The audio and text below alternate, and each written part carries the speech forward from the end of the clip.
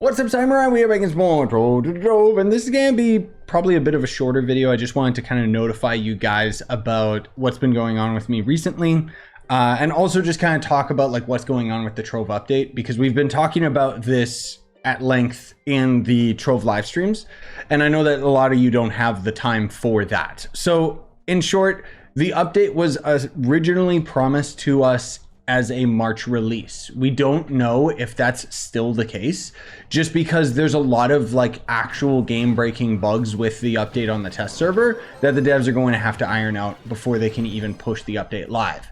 Who knows how long that's going to end up taking. My point is, I wouldn't be surprised if the update does end up getting delayed. Now, keep in mind, we're talking about the PC update. Console doesn't have an update release date like at all. You know, you guys were supposed to end up getting the Bamboo Dragon this month, and apparently most of you got it, except like I think Xbox and Nintendo Switch got the Bamboo Dragon, but PlayStation didn't, if I recall, or something like that. Maybe you guys finally have them all. I'm not exactly sure, but the point is that it's all just kind of up in the air, so stop asking. It's most of all like I don't have an answer for you guys that keep asking when the update's going to end up hitting. The update hasn't changed that much on the test server since its initial conception. There has been a couple quick updates that have been nice in terms of quality of life stuff, but I don't really want to talk about it in today's video because it would imply that they've fixed things with an update that technically isn't even out yet. So if you don't know the inner workings of how the update was on the test server to begin with, then it's kind of irrelevant to talk about. Now, the other things to mention, I did want to draw attention to this just because a lot of you have been asking, and I'm assuming that you just haven't checked out my other videos, so maybe this one will be a bit more popular in mentioning. I am going to be doing a playthrough of Rise of the Ronin on PS5 and Dragon's Dogma on PC. Both of those games actually come out today. I am currently, at the moment, downloading Dragon's Dogma onto Steam, which Steam says it's available, so I might even start playing Dragon's Dogma as soon as I get this video done and ready for you guys, which might be another hour or two from the initial recording. So yeah, I don't know what I'm gonna end up doing with both of those games. My plan so far is I'm gonna juggle them back and forth. So one day I'll do Rise of the Ronin, one day I'll do Dragon's Dogma.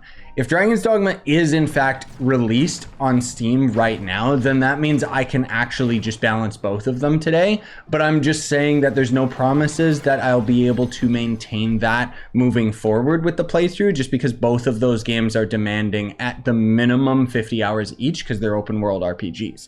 Either way, I'm really excited about them. Now, another thing that I just wanted to mention kind of passively, I want to have a dedicated video talking about Starfire Dragon Egg Fragments soon, just because I'm hoping that I can actually like really draw the attention of the developers. Because for those of you that don't know, basically I've been farming off camera and you know, within the live streams to get Starfire Dragon Fragments. Why? Because I need the dragon? No, because there's a costume coming with the Crystal update that has Starfire Dragon Fragments as a cost. So there's going to end up being a Shadow Hunter costume and a Lunar Lancer costume.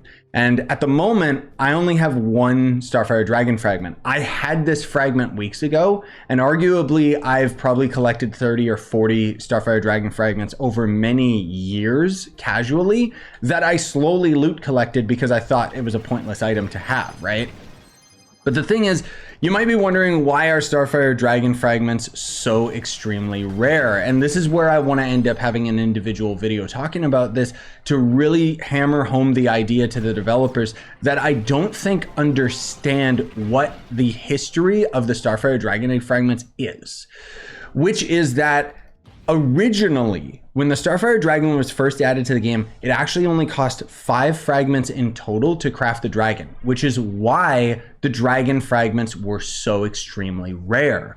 The problem is that over the years, the developers, you know, I don't know if any of the OG developers that made these changes still exist within like Trove's design team, but they ended up making the dragon cost 100 dragon fragments just to make it match all of the other dragons. But they didn't compensate the drop rates by increasing them.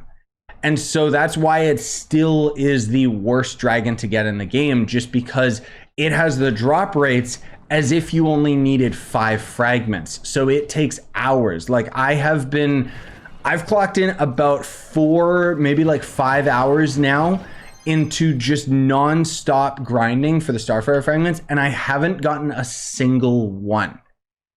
That's how bad it is. And as you may have seen with my other video more recently, I've been farming the Realm of Madness. Now, I know a lot of you guys keep saying, well, what about, what about delves? What about fighting elites in Jurassic World or Forbidden Spires or whatever? I am well aware that there are elites that you can regularly find in those biomes, and that the delves, technically, every time you get to the shadow chest, it has a chance of dropping Starfire Fragments. And a lot of you have reported just from your own firsthand experience that usually that's where you get the better luck.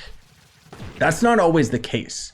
As with everything in Trove, it's very, very random, which means that you just kind of got to get lucky. And so you can't really take those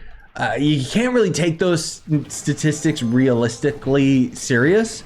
However, what we've discovered more recently, and I think is pretty safe to say the best method of getting Starfire Fragments, is the Realm of Madness. The Realm of Madness was a biome portal that was event exclusive long time ago, back in the day. We're talking years ago. These portals are still sellable, like they're still tradable versions of them on the market, but you're hard pressed as a new player to find any of these portals.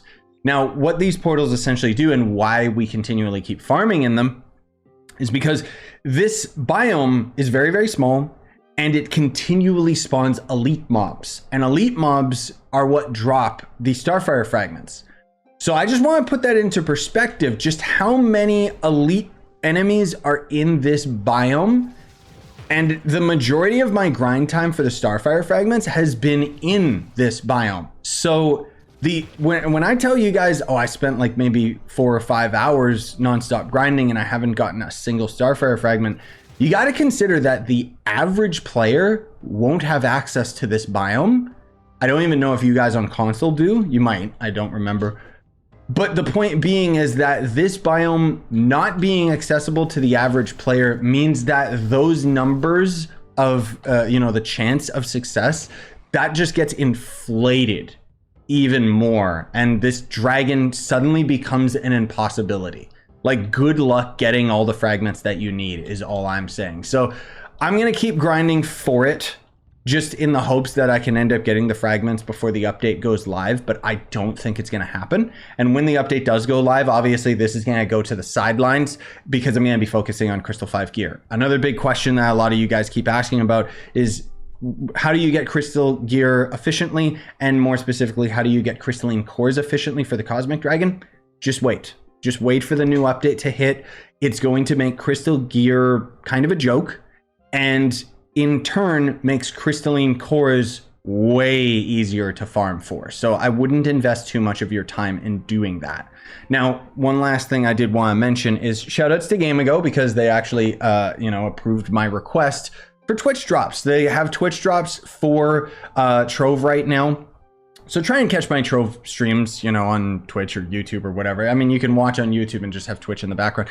Either way, it gives you a couple different items, nothing brand new, just old items from back in the day. One of them being the Blue Ranger costume for the Shadow Hunter. And the only reason I want to bring this up is someone was actually in chat earlier when I was streaming, and they said that they actually just bought those costumes on the player market to find out that it was a free Twitch drop. So that kind of sucks for them. But anyways, I did end up doing a Trove live stream earlier. Not really anything to highlight from that stream. I know I've been doing a lot of stream highlights lately, but unfortunately that stream is going to take probably like 24 hours, if not longer, to process, because YouTube is stupid like that.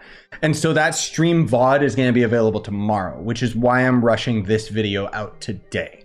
In any case, thanks for watching, and I hope to see you guys in the Rise of the Ronin or Dragon's Dogma live streams. I would appreciate if you enjoyed this video to smash like stuff for more, buy the merch, you want to support the channel, and have a wonderful day, everybody.